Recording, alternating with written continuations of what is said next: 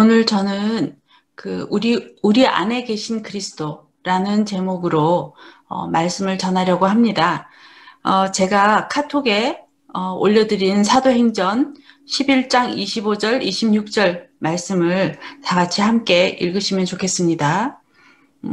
그리고 바나바는 사울을 찾으러 다소로 가서 그를 만나 안디옥으로 데리고 왔습니다.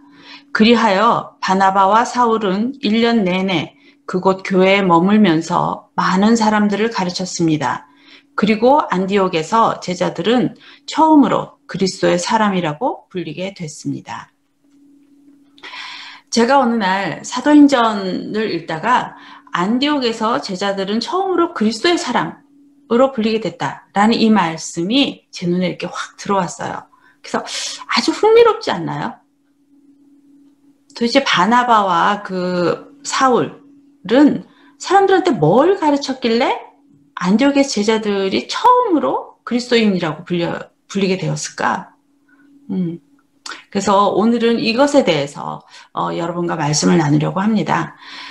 자, 오순절에 성령이 강하게 임했죠. 그래서 제자들에게 권능이 임하고, 그래서 베드로가 오순절날 성령의 감동으로 일어나서 말씀을 전했어요.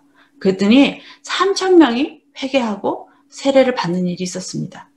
그래서 사도행전 2장 41절 47절을 보면 그들은 사도들의 가르침에 몰두하며 서로 사귀는 일과 함께 음식을 먹는 일과 기도에 힘썼다.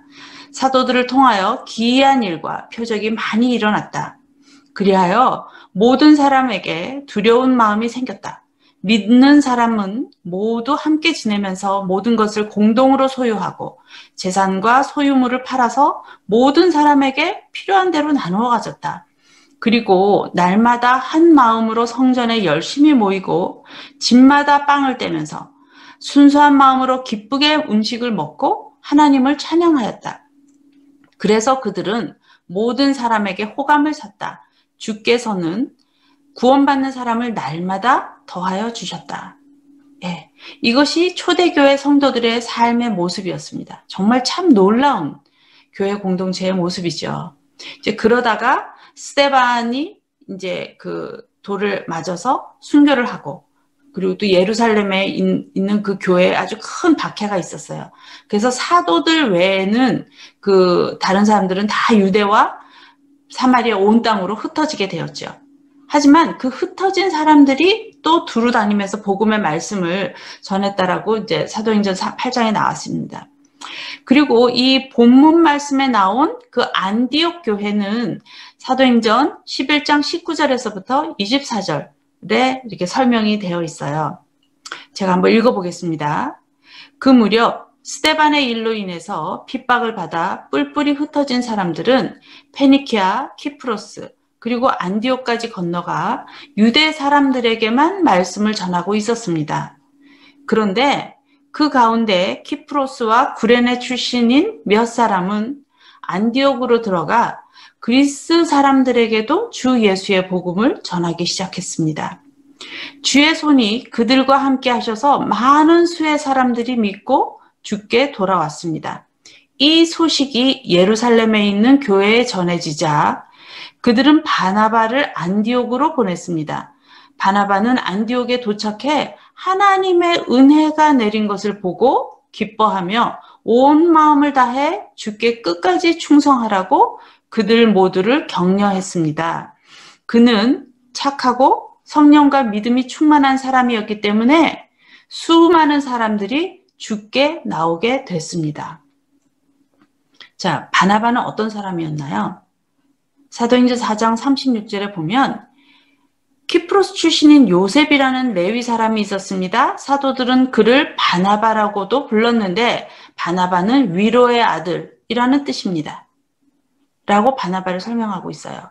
그러니까 이 위로의 아들, 위로의 사람이라는 말이 영어 성경에는 son of encouragement, 그러니까 용기를 주고 격려를 하는 사람이라고 나와 있고요. 패션 성경에는 또 이렇게 나와 있더라고요. son of encouragement or son of prophet.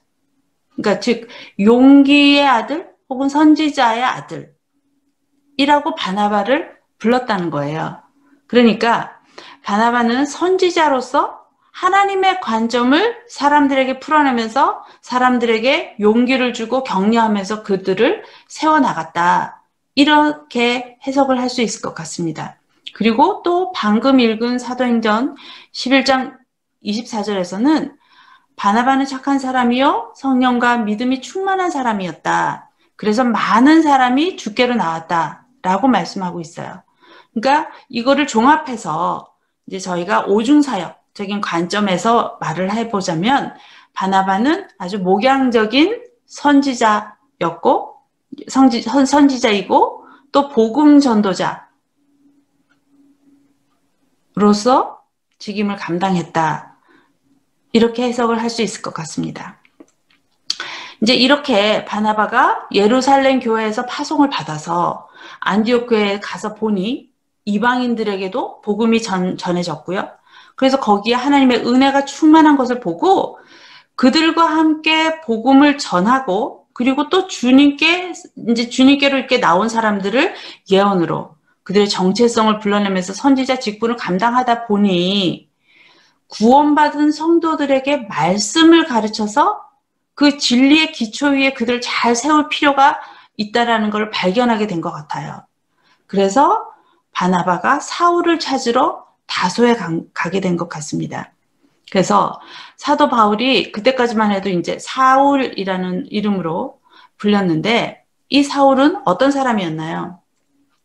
그가 회심하기 전에는 모세의 율법에 아주 열심이었고 그리고 그 당대 최고인 그 가말리엘의 제자였죠. 그죠? 그리고 아주 엄격하게 교육을 받은 사람이었어요. 그러니까 구약을 통틀어서 하나님이 약속하신 그 메시아, 그 그리스도가 바로 하나님의 아들이 이 땅에 육신을 입고 오신 그 예수님이시라는 것을 증명하고 또 가르치는 일에 아주 적합한 사람이라는 것을 바나바는 알고 있었던 것이죠. 예. 여기까지가 이 오늘 본문의 말씀의 배경이었습니다. 그래서 바나바는 사울을 찾으러 다소에 가서 그를 이제 안디옥으로 데리고 와서 1년 내내 그곳에 머물면서 많은 사람들을 가르쳤어요.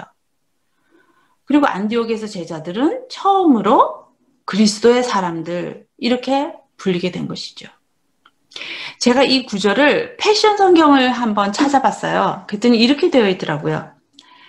사울과 바나바는 거기에서 1년 내내 함께 minister, 사역을 하면서 equipping the growing church, 성장해가는 교회를 구비시켰고 teaching the vast number of new converts, 새롭게 믿게 된 많은 사람들을 가르쳤다. 예수를 따르는 자들이 기름 부음 받은 자들이라고 처음 revealed, 계시된 것은 바로 안디옥에서였다. 이렇게 되어 있습니다. 그리고 주석에 보면 그리스도인, 그 크리스천이라는 그 원어의 의미에는 믿는 신자들에게 그들도 기름 부음 받은 자라는 그 계시가 초자연적으로 임했다, 초자연적으로 전수되었다. 그러니까 supernaturally revealed, supernaturally imparted 라는 의미가 포함되어 있다라고 주석에 되어 있더라고요. 그러니까 이 말은 안디옥에서 처음으로 그 제자들에게 그리스도 안에서 그리스도로 말미암아 그들도 기름 부음 받은 자라는 계시가 부어졌고 전수되었다라는 말씀이라고 저는 믿습니다. 바울은 골로새서 2장 1절에서 3절까지 이렇게 말합니다. 여러분과 라오디게아에 있는 사람들과 그 밖에 나의 얼굴을 직접 보지 못한 사람들을 위해서 내가 얼마나 애쓰고 있는가를 여러분이 알기를 원합니다. 내가 이렇게 하는 것은 그들이 사랑으로 결속되어 마음의 격려를 받음으로써 풍부하고도 완전한 이해력을 갖게 하고 나아가서는 하나님의 비밀인 그리스도를 깨닫게 하려는 것입니다.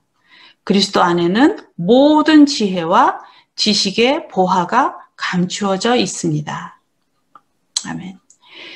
그러니까 이 말씀처럼 예수 그리스도를 구주로 믿고 구원을 받게 된 신자들이 사랑으로 결속되어서 마음의 격려를 받음으로써 풍부하고도 완전한 이해력을 갖게 되고 거기에 더 나아가서 하나님의 비밀인 그리스도를 깨닫게 되는 것이 바로 바나바와 사울, 그때까지만 해도 사울이었죠.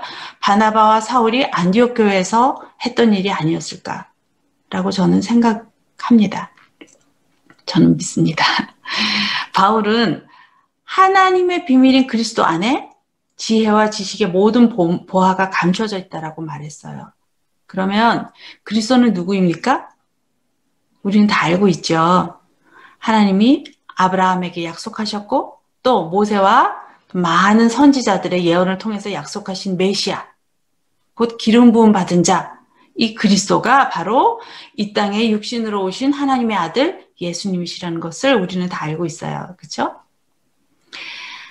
자, 바울은 하나님의 아들 예수를 이렇게 말씀하고 있습니다. 골로새서 1장 15절에서 20절.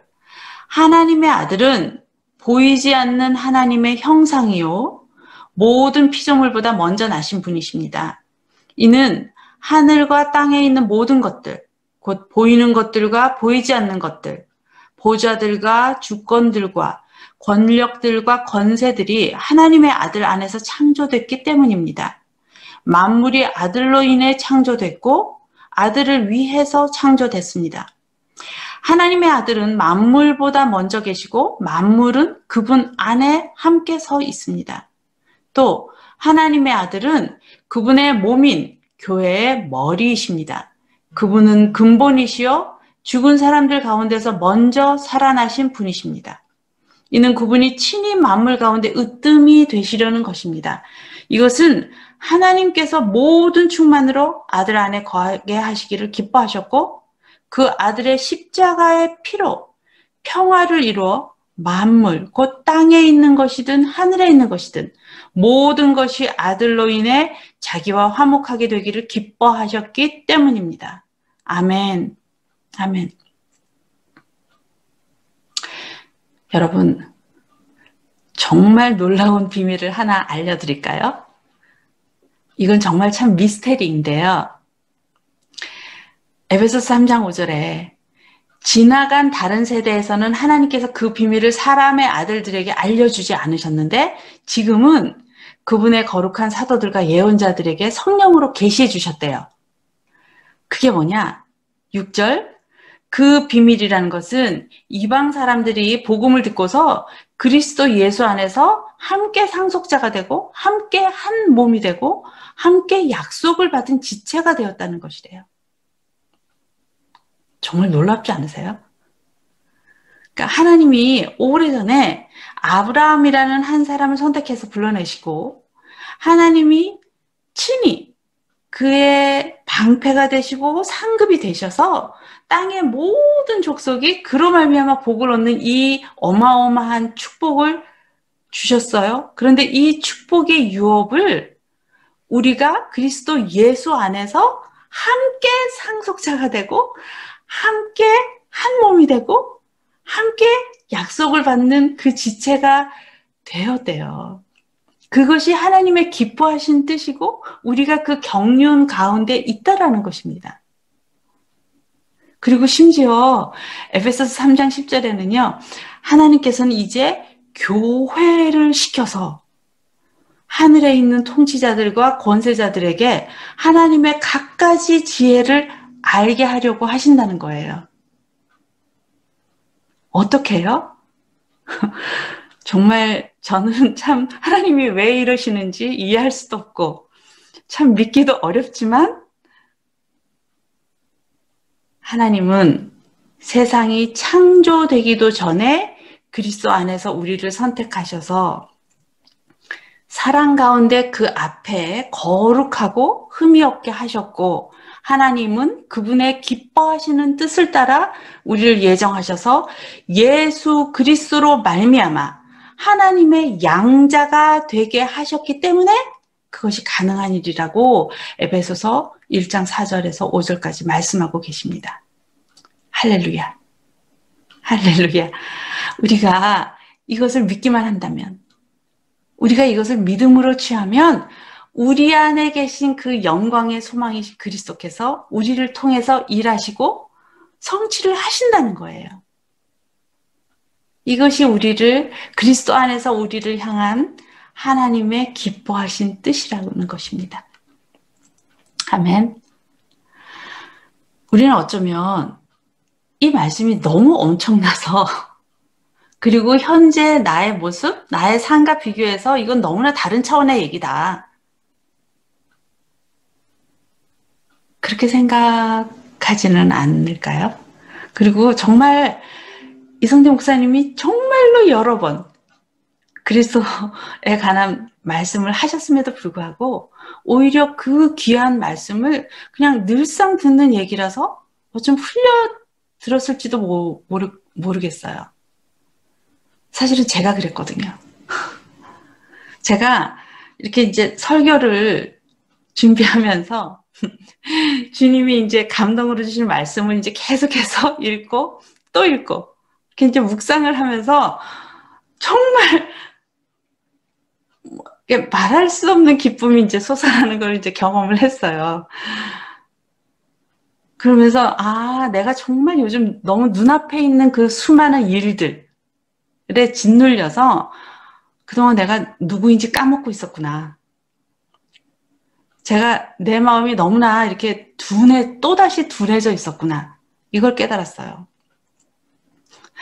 만일에 여러분 중에서도 저처럼 우리가 그리스도 안에 있고 또 우리 안에 영광의 소망이신 그리스도께서 계신다는 이 말씀이 감격으로 오지 않는 분이 계시다면 오늘 말씀으로 마음이 다시 새로워지고 양자의 영이 충만히 부어져서 그리스도로 말미암아 하나님의 자녀가 된 이 기쁨이 충만하게 되시기를 축복합니다.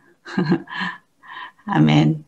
제가 그런 상태였다라는 것을 발견하고 나서 보니 골로새서 2장 9절에서 11절 말씀이 참 마음에 와닿았어요. 제가 한번 읽어보겠습니다. 그리스도 안에서는 신성의 모든 충만이 육체의 모습으로 거합니다. 그리고 여러분도 그리스도 안에서 충만하게 됐습니다. 그리스도는 모든 권력과 권세의 머리이십니다. 그리스도 안에서 여러분은 육신의 몸을 씻어버리는 그리스도의 할례, 곧 손으로 하지 않은 할례를 받았습니다. 아멘. 그러니까 11절에 육신의 몸이라고 할 때 이 육신, flesh, 이것은 그 우리 몸, 바디가 아니라 인간의 그 죄된 상태, 죄성을 말하죠. 그래서 옛사람이라는 뜻이죠.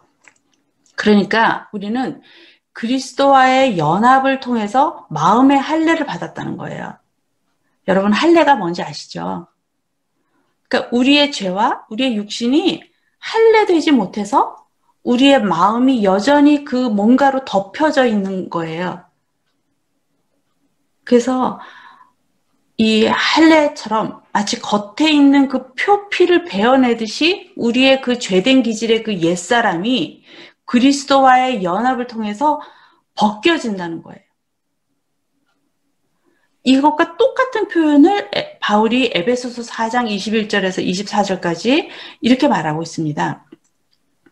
여러분이 예수 안에 있는 진리대로 그분에게서 듣고 또 예수 안에서 가르침을 받았으면 여러분은 지난날의 생활 방식에 얽매여서 허망한 욕정을 따라 살다가 썩어 없어질 옛사람을 벗어버리고 마음의 영을 새롭게 하여 하나님을 따라 참된 의로움과 거룩함으로 지으심을 받은 새 사람을 입으십시오. 우리가 바로 이것을 위해서 성도 안에 있는 믿지 않는 마음에 복음을 전하고 치유와 변화를 경험하도록 하는 이 엘리야후스 사역을 하고 있다라고 믿습니다. 제가 여기서 잠깐 저의 그 신앙의 여정을 좀 나눠보겠습니다. 저는 어렸을 때 저희 엄마가 집 근처에 있는 성교원에 저를 보냈어요. 그래서 저희 엄마가 원래는 굉장히 독실한 불교 신자셨거든요. 그런데 교회를 이렇게 드나들다가 목사님하고 이렇게 친하게 되고 이렇게 하면서 이제 아주 독실한 크리스찬이 되셨어요. 저는 이제 어렸을 때부터 이제 교회를 다니게 된 거죠. 또 중학교를 아주 유명한 그 염강중학교라는 그 미션 스쿨을 다니게 됐는데 제가 기억하기에 거의 매주 학교 운동장에 서서 그 땡볕 아래서 설교를 들었어요. 그 당시에 이제 70년대니까 외국에서 온 선교사들이 참 많았어요. 그러면 이제 그 영광중학교에 이렇게 와서 이제 먼저 연습처럼 이렇게 하는 것 같아요. 그러면 항상 그분들이 하시는 게 뭐냐면 설교를 다 마치고 난 다음에 이제 이 시간 예수님을 영접하고 싶은 사람이 있으면 그 서 있는 자리에서 왼쪽으로 한 발짝 혹은 앞으로 한 발짝 나가세요. 그리고 이제 그러면은 이제 영접 기도를 따라서 하게 해요. 그러면은 그날 제 마음에 조금 감동이 있는 날은 왼쪽으로 한 발짝 가든지 아니면 앞으로 나가서 이제 그 영접 기도를 따라 하든지 아니면 그냥 오늘은 별로다 이러면은 그냥 그대로 이렇게 가만히 있었어요. 그래서 저는 예수님을 믿는다라고 생각했고 제가 크리스찬이라고 생각을 했었어요. 그러고 자랐어요. 하지만 저는 제가 진정한 의미에서 제가 예수님이 누구인지 몰랐던 것 같습니다. 근데 이제 제가 1988년도에 창원에 내려왔고요. 그때 성경 공부를 하게 됐어요. 성경 공부를 하다가 어느 날 예수님이 어떤 분인지 날 위해서 어떤 일을 하셨는지 제 마음에 이렇게 쾅 와닿더라고요. 그리고 제가 그 당시에 저한테는 정말 날 이 삶에서 구원해 줄 어떤 사람이, 어떤 분이 정말 절실하게 필요했었어요. 그리고 그날 그분이 예수님이라는 것을 제가 이렇게 믿게 되었습니다. 그래서 주님을 마음으로 영접하게 되었습니다. 그때가 제가 아주 세대 때였는데요. 그리고 나서 이제 교회에서 제자반 훈련도 받고 유년부 봉사, 중고등부 교사, 뭐 대학 청년부 교사, 그리고 또 문화사역을 한다고 막 대학 청년들을 모아서 연극부를 만들었어요. 그래갖고 이제 교회에서 뭐 부활절이나 성탄절 때 막 뭐 이렇게 왜 막 연극을 이제 막 보여주는 거죠. 저희가요, 창작극을 한 2시간 정도짜리 창작극도 만들어서 공연을 한 적이 있어요. 그것을 위해서 몇 달씩 막 애들하고 이렇게 연습하고. 정말 참 지금 생각해보면 저의 3, 40대를 다 쏟아서 교회에 저의 열정을 불태웠던 것 같습니다. 그리고 그때마다 부어지는 어떤 은혜가 참 많았어요. 하지만 참 육신적인 열정이었던 것 같습니다. 저는 예수님을 사랑하는 게 교회 일을 아주 열심히 하면 되는 건 줄 알았어요. 그래서 제가 아주 즐거워하고 그리고 잘할 수 있는 거를 최선을 다해서 섬겼던 거죠. 하지만 동시에 제 안에 있었던 어떤 낙심이나 두려움, 그리고 분노, 수치, 외로움, 그리고 음란함, 그리고 야망, 이런 것들이 정말 처리돼야 되는데 그런 육신적인 것이 아무리 애를 써도 처리되지 않았어요. 궁극적으로 저에게는 그것을 이겨낼 힘이 없었던 것 같아요. 그래서 에베소서를 보면 바울이 이렇게 기도를 하잖아요. 에베소서 3장 16, 17절. 하나님께서 여러분에게 그분의 영광의 풍성을 따라서 성령으로 인해 여러분의 속사람을 능력으로 강건하게 하시고 믿음으로 인해 그리스도께서 여러분의 마음 가운데 거하게 하시기를 빕니다. 이렇게 이제 기도를 했는데 정말 우리의 속사람이 강건하게 될 필요가 있다는 게 어떤 건지 저는 알 것 같아요. 예. 이제 그러다가 저는 아주 황폐한 시절을 보내는 시간이 있었습니다. 교회도 그냥 주일만 나가는 그런 썬데이 크리스찬이 됐고요. 아주 나름 그 보람을 아주 많이 느꼈던 그 보호관찰소의 청소년 그 상담 활동도 접었고요. 완전히. 그리고 아주 육신적으로 내가 하고 싶은 대로 하고 살았어요. 근데 제가 육신적으로 하고 싶은 대로 하고 살아도 그때 저는 전혀 행복하지 않았어요. 정말 제가 아주 깊은 절망과 고통 속에서 아무런 소망 없이 살고 있을 때, 저에게 아까 왜 성경 공부하면서 예수님을 만나게 해주셨던 분이 계셨다 그랬잖아요. 근데 그분을 너무나 오랜만에, 정말 십몇 년 만에 백화점에서 우연히 만난 거예요. 그리고 그분이 HIM 컨퍼런스를 소개해 주신 거예요. 그래서 이제 거기서 그냥 할 일이 없으니 한번 가보자 해서 신청을 해서 거기에 갔다가 주님을 다시 한번 진하게 만나게 된 것입니다. 그때 컨퍼런스 강사가 최한 목사님 사모님 수안 목사님이셨는데요.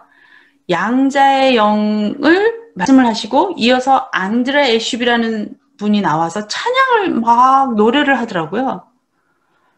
저는 그때 어떠냐면은 저는 기도원이라는 데도 한 번도 안 가봤고요. 뭐 예언, 뭐 기름 부음, 뭐 이런 단어도 저는 그런 성령 사역은 전혀 접해본 적이 없었어요. 그런데 갑자기 그분이 이렇게 노래를 하는데 제 머리에 뚜껑이 열리는 것 같았어요. 혹시 영화 매트릭스라는 영화를 보신 분은 아시겠지만 마치 제 이렇게 머리에 이렇게 뚜껑이 탁 열리더니 어떤 탯줄 같은 이렇게 파이프 관이 이렇게 탁 제 머리랑 이렇게 연결이 되는 느낌이 들면서 갑자기 내가 곧 길이요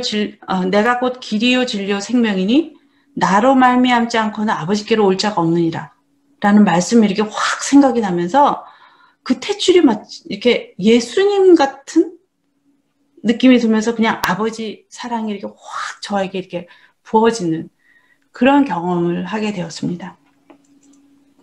제가 그때야 비로소 성경 말씀이 진짜 살아있고 나에게도 그것이 실제로 적용될 수 있다는 것을 뼛속 깊이 알게 된 것 같아요. 그래서 그때부터 제 영혼이 깨어나기 시작했고요.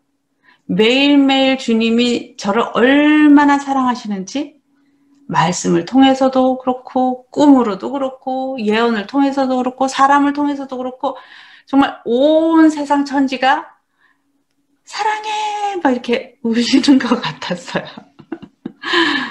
그래서 이제 그렇게 제가 1월달 HIM 컨퍼런스에서 은혜를 받고 마침 장유에서 WLIA가 시작이 된다는 거예요. 그래서 이제 3월부터 시작이 되는데 제가 등록을 하고 갔는데 그 첫 강사가 누구냐면 엘리아 하우스에서 오신 로버트 앤 캐티 페벳이었어요. 제가 그 강의를 들으면서 정말 깜짝 놀랐어요. 그리고 제가 그렇게 오랫동안 찾고 있었던 게 바로 이거였다라는 생각을 했습니다. 제가 뭐 때문에 놀랐는지 아세요? 여러분이 아시다시피 제가 좀 상담 공부를 좀 했잖아요. 그래서 제가 참 많이 제 상처에 대해서 위로도 받고 감정도 막 토설도 해보고 용서도 했고요. 다른 사람 입장에 서보기도 했고요.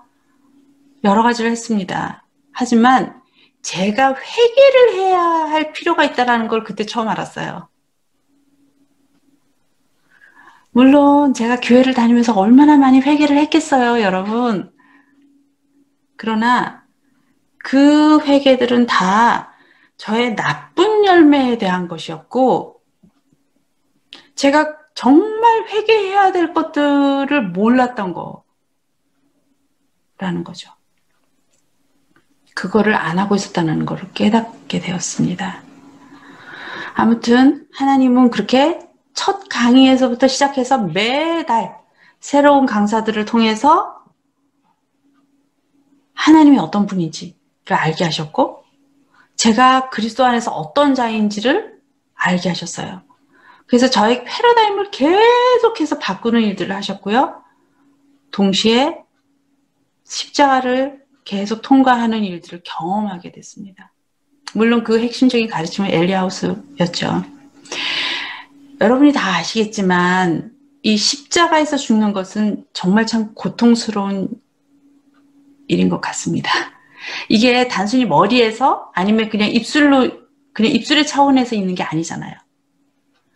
누가 죽는 거를 즐거워하겠어요. 정말 자기를 부인하고 십자가를 통과하는 것은 아주 실제적인 것이고 절대로 쉬운 게 아니더라고요. 이제 제가 그렇게 은혜를 받고 제 내면 가운데서 죄를 깨닫고 제 상태를 직면하면서 회개를 하고 그리고 십자가에서 죽는 과정 가운데 또 외부에서도 굉장히 아픔들이 있었어요. 이제 제일 우선은 뭐겠어요? 세상에서 만나던 친구들은 이제 제가 갑자기 만나기만 하면 예수 얘기를 하니까 재미가 없어진 거예요. 그리고 사람이 좀 이상해졌어. 이러면 이제 슬슬 피하면서 연락을 끊었어요. 그러더니 또 이제 제가 창원에서 30년간을 살면서 만나던 사람들이 대부분 이제 교회 지체들인데 주님의 음성을 따라서 제가 복음주의 교회에서 이제 성령을 인정하는 그 교회로 옮기는 그 과정 가운데서 사람들이 저를 굉장히 많이 비난도 하고 오해를 하더라고요. 저 자매가 이단에 빠져서 멀쩡하게 교회를 다니던 남편도 교회를 또 못 다니게 하고 저 자매가 아주 이상해졌다. 오만 소문들이 막 나고요. 심지어 조롱까지 듣게 되고요.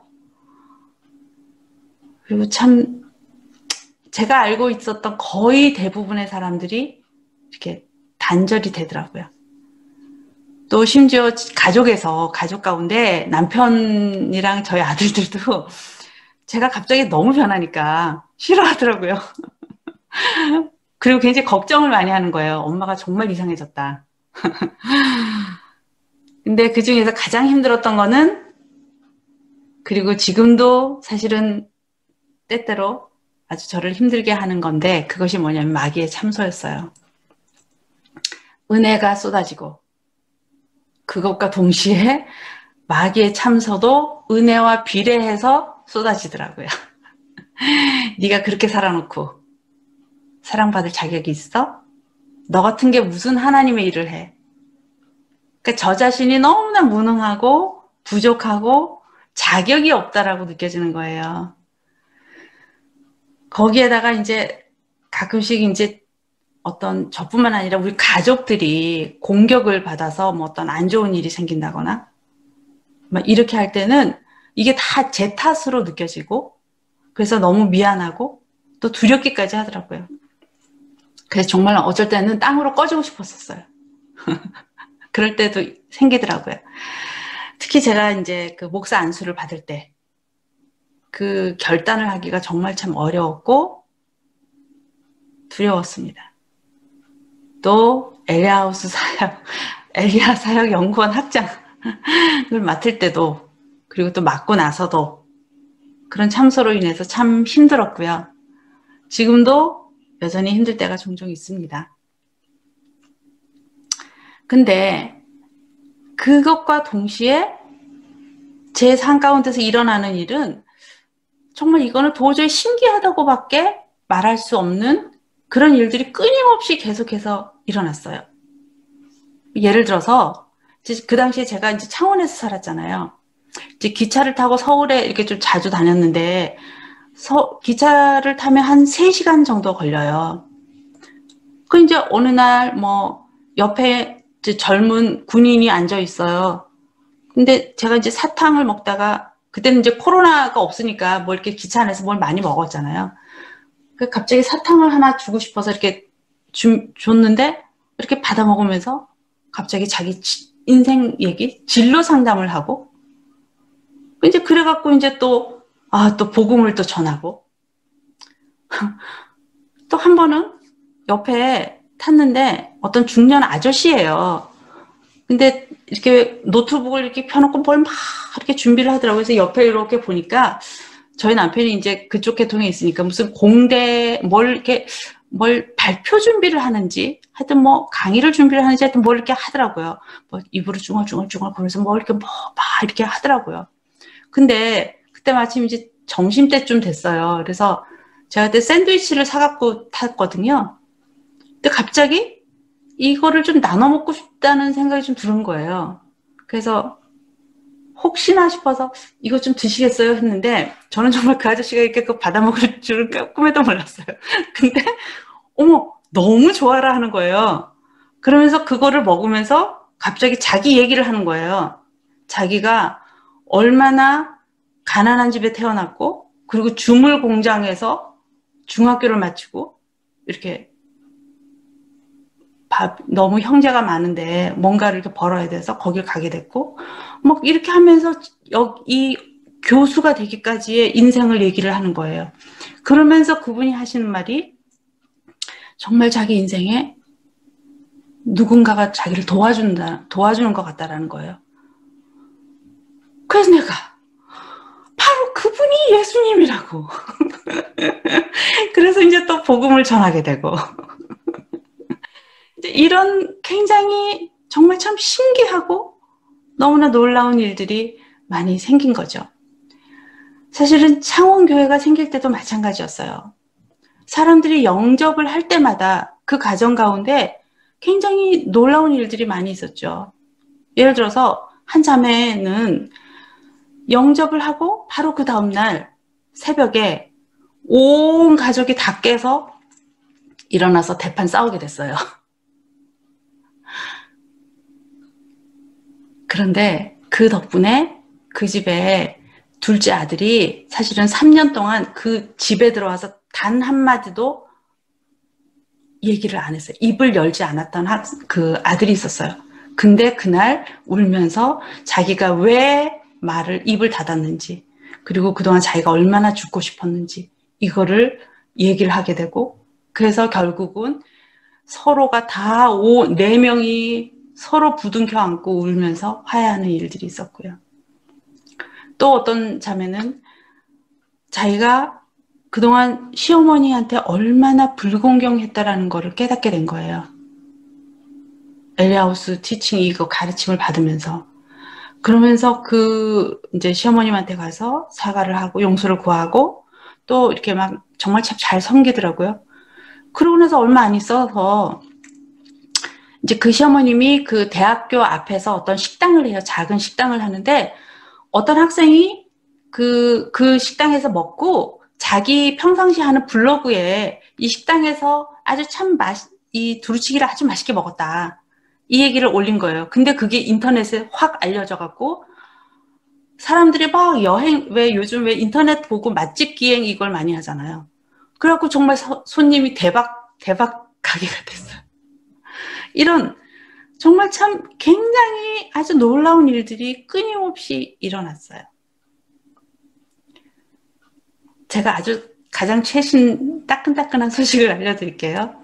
제가 어저께 이제 이 컴퓨터로 이제 제 지나온 이거를 이렇게 적는데, 이거를 하면서, 그래. 정말 참 그때가 좋았지.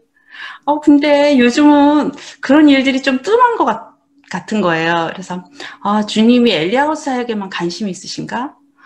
주님, 저한테 좀 요즘 너무 소홀하신 거 아니에요? 뭐, 이렇게 이제 좀 그런, 이제 중얼중얼 이렇게 했어요. 근데 갑자기 그때 핸드폰에서 띠리릭 문자가 오더라고요. 뭐냐면, GS 홈쇼핑에서 고객님이 주문하신 물건이 지금 문 앞에 이렇게 두고 갑니다. 이제 이런 문자가 온 거예요.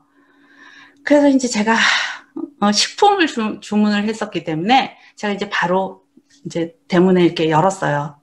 근데 제가 그 박스를 보고 완전히 빵 터졌다는 거 아니에요. 한참을 웃다가 또 갑자기 또 막 감동이 돼갖고 또 막 울고 그랬어요. 뭐냐면 저는 그런 박스를 처음 받아봤어요. 제가 분명히 GS 홈쇼핑에 식품을 주문을 했는데 그 박스에 온통 정원 이숍. 이라는 로고가 박스 사면에 다 찍혀 있는 거예요. 믿어지세요? 저는 그런 박스를 처음 받아봤어요.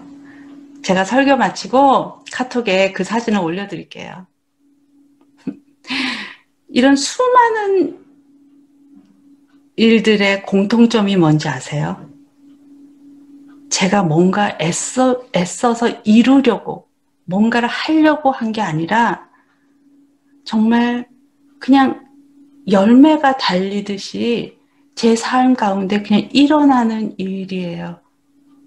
그냥 내가 이렇게 주님과 같이 있고 그냥 그때그때 주시는 감동대로 이렇게 살 때에 그냥 일어나는 일들이더라고요. 그래서 요한복음 15장 1절에서 8절 말씀 제가 카톡에 올려드렸죠. 그 말씀을 다 같이 한번 읽어보면 좋겠습니다.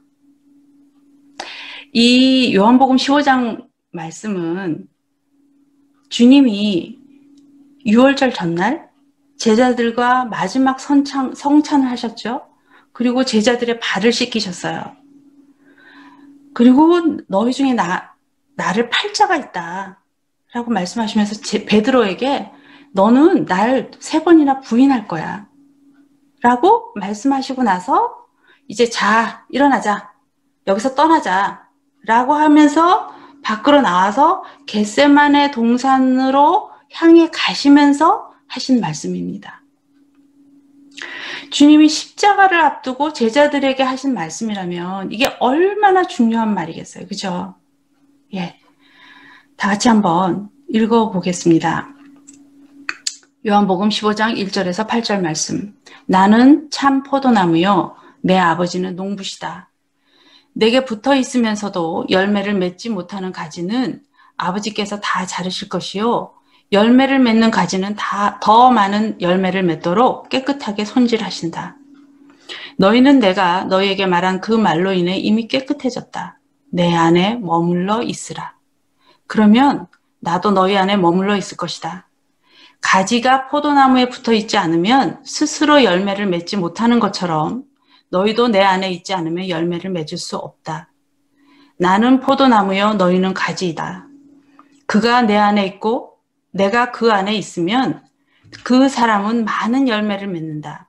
나를 떠나서는 너희가 아무것도 할 수 없다. 누구든지 내 안에 있지 않으면 그 사람은 쓸모없는 가지처럼 버려져 말라버린다. 사람들이 그런 가지들은 모아다가 불 속에 던져 태워버린다. 만일 너희가 내 안에 있고 내 말이 너희 안에 있으면 너희가 원하는 것이 무엇이든지 구하라. 그러면 그대로 이루어질 것이다. 너희가 열매를 많이 맺으면 내 제자가 되고 이것으로 아버지께서 영광을 받으실 것이다. 아멘. 저는 예전에 이 말씀을 읽을 때마다 2절에 내게 붙어 있으면서도 열매를 맺지 못하는 가지는 아버지께서 다 자르실 거다. 이 말이 정말 이해가 안 갔어요. 그리고 화도 많이 났어요. 가지가 붙어 있는데 열매를 맺지 못하면 도대체 뭘 어떻게 해야 되지? 가지인들 열매를 안 맺고 싶겠어요? 열매가 안 생긴다는데 그거는 농부가 열매를 맺게 해야지 가지를 잘라내면 어떡해? 이런 생각을 했어요. 제가 초신자 때는 이 말씀이 저의 구원의 확신까지도 흔들리게 하는 말씀이었어요. 하지만 어느 날 그 포도나무의 비밀이라는 책을 읽으면서 이해가 됐습니다. 그것이 패션 성경에는 잘 번역이 되었는데요. 패션 성경의 1, 2절 말씀은 이렇게 번역이 되어 있습니다. 나는 싹을 틔우는 참 포도나무와 같고 그 포도나무를 돌보시는 농부는 내 아버지시다.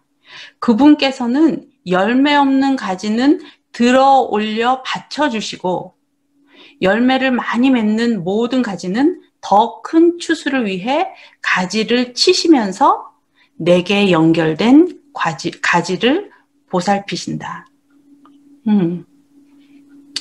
여러분, 포도가 덩굴 식물인 거 아시죠?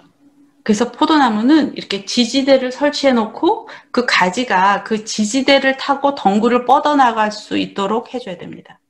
그런데 가끔 가지가 그 지지대를 타고 뻗어나가는 게 아니라 이렇게 땅으로 이렇게 쳐지는데요. 그 땅으로 쳐져서 그 땅 위로 땅바닥으로 이렇게 가지가 이렇게 뻗어나가는데, 그렇게 되면 그 나뭇잎에 이렇게 흙이나 어떤 먼지가 묻고 또 비가 오면 거기에 곰팡이가 이렇게 생겨서 썩는데요.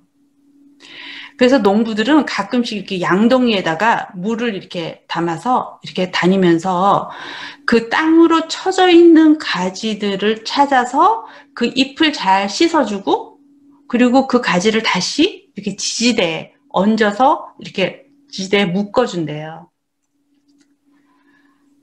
바로 그 2절에 열매 없는 가지는 들어 올려서 받쳐주시고, 이런 말은 바로 그런 뜻입니다. 제가 20대 후반에 예수님을 구주로 영접하고 30대, 40대를 지나면서 나름대로 열정적으로 그 교회를 섬겼지만 여전히 그 옛사람의 기질을 이기지 못하고 그 육신의 일을 할 때마다 제가 이렇게 마치 땅으로 이렇게 쳐져서 땅에 이렇게 가지를 뻗어가는 그런 그 가지였던 것 같아요. 그런데 농부이신 하나님은 그때마다 그 땅으로 쳐진 가지와 같은 저를 다시 씻어주시고 지지대에 들어 올리고 이게 또 다시 가지가 뻗어나가도록 이렇게 해주셨다라고 저는 믿습니다. 그리고 드디어 하나님의 때에 제가 그리스도와 깊이 연결되었을 때, 연합되었을 때, 그때부터 이제 농부이신 하나님이 본격적인 가지치기를 시작하신 거죠. 제가 그렇게 많은 마귀의 참소와 사람들의 수많은 오해와 조롱 속에서 자기를 부인하고 십자가의 그 길을, 그 저의 육신적인 기질들을 십자가에 못 박으면서 그 십자가에서 죽는 것을 견딜 수 있었던 거는요. 그 모든 상황에서도 불구하고 제 안에서 끊임없이 공급되는 그 그리스도의 생명, 그리스도의 기쁨, 그리고 어저께 그 택배 사건처럼 저한테 계속해서 일어나는 그 아버지 하나님의 그 사랑, 그리고 좋은 열매들, 이런 것들로 확증을 시켜주셨기 때문이라고 믿습니다. 그리고 우리가 다 잘 알고 있듯이 이 가지치기의 작업은 거듭남의 그 순간처럼 단 한 번의 일이 아니잖아요. 구원의 여정 가운데에서 계속해서 우리 가운데서 일어나야 하기 때문에 앞으로 저는 계속 가지치기를 당할 거예요.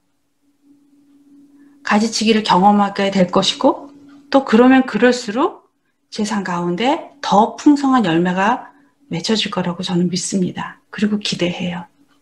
이거는 다만 저 자신 한 명의 얘기가 아니라 우리 모두의 간증이라고 믿습니다. 말씀을 이제 마무리하려고 하는데요.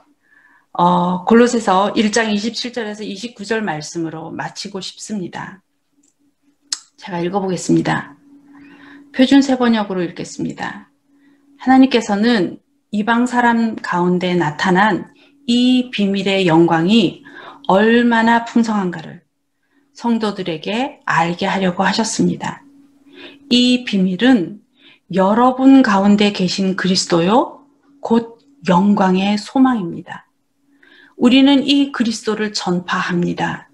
우리는 모든 사람을 그리스도 안에서 온전한 사람으로 세우려고 모든 사람에게 권하며 지혜를 다하여 모든 사람을 가르칩니다.